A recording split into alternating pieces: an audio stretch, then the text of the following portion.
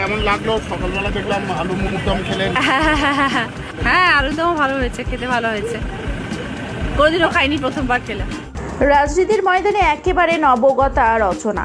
এই বছরই লোকসভা নির্বাচনের ঠিক আগেই তিনি মমতা বন্দ্যোপাধ্যায়ের হাত ধরে প্রত্যক্ষভাবে রাজনীতিতে পা রেখেছেন। হুগলি লোকসভা কেন্দ্র থেকে তৃণমূল কংগ্রেসের হয়ে লড়ছেন। গত 10ই মার্চ জনগর্জন সভায় ঘোষণা করা হয় এবার তৃণমূল কংগ্রেসের প্রার্থীর নাম। সেখানে রচনা বন্দ্যোপাধ্যায়ের নাম ঘোষণা হওয়ার কয়েকদিনের মধ্যেই প্রচার শুরু করে দেন রচনা বন্দ্যোপাধ্যায়। কিন্তু এর মধ্যেই একাধিকবার তিনি কটাক্ষের শিকারও হয়েছেন নিজের নানা মন্তব্যের কারণে। কোথাও ধোঁয়া ধোঁয়া, কখনো দই, কখনো আবার অন্য কিছু। এবার আবার কি কাণ্ড ঘটালেন সেটাই জানাবো আপনাদেরকে।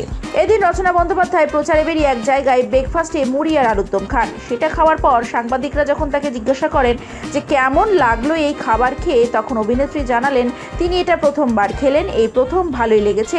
তাই তার ভালোই লেগেছে বলে তিনি যে হাসিটা হেসেছেন সেটা দেখে হেসে কুলকিনারা পাচ্ছেন না নেটিজেনরা। এই ভিডিও নিয়ে এখন পড়েছে ট্রোলের ধুম, চলছে কটাক্ষের বন্যা। এক ব্যক্তি লেখেন, আমি জানতাম আমার মতো ন্যাকা নেই কোথাও, কিন্তু আমার ভুল ধরার জন্য আজ দুঃখিত।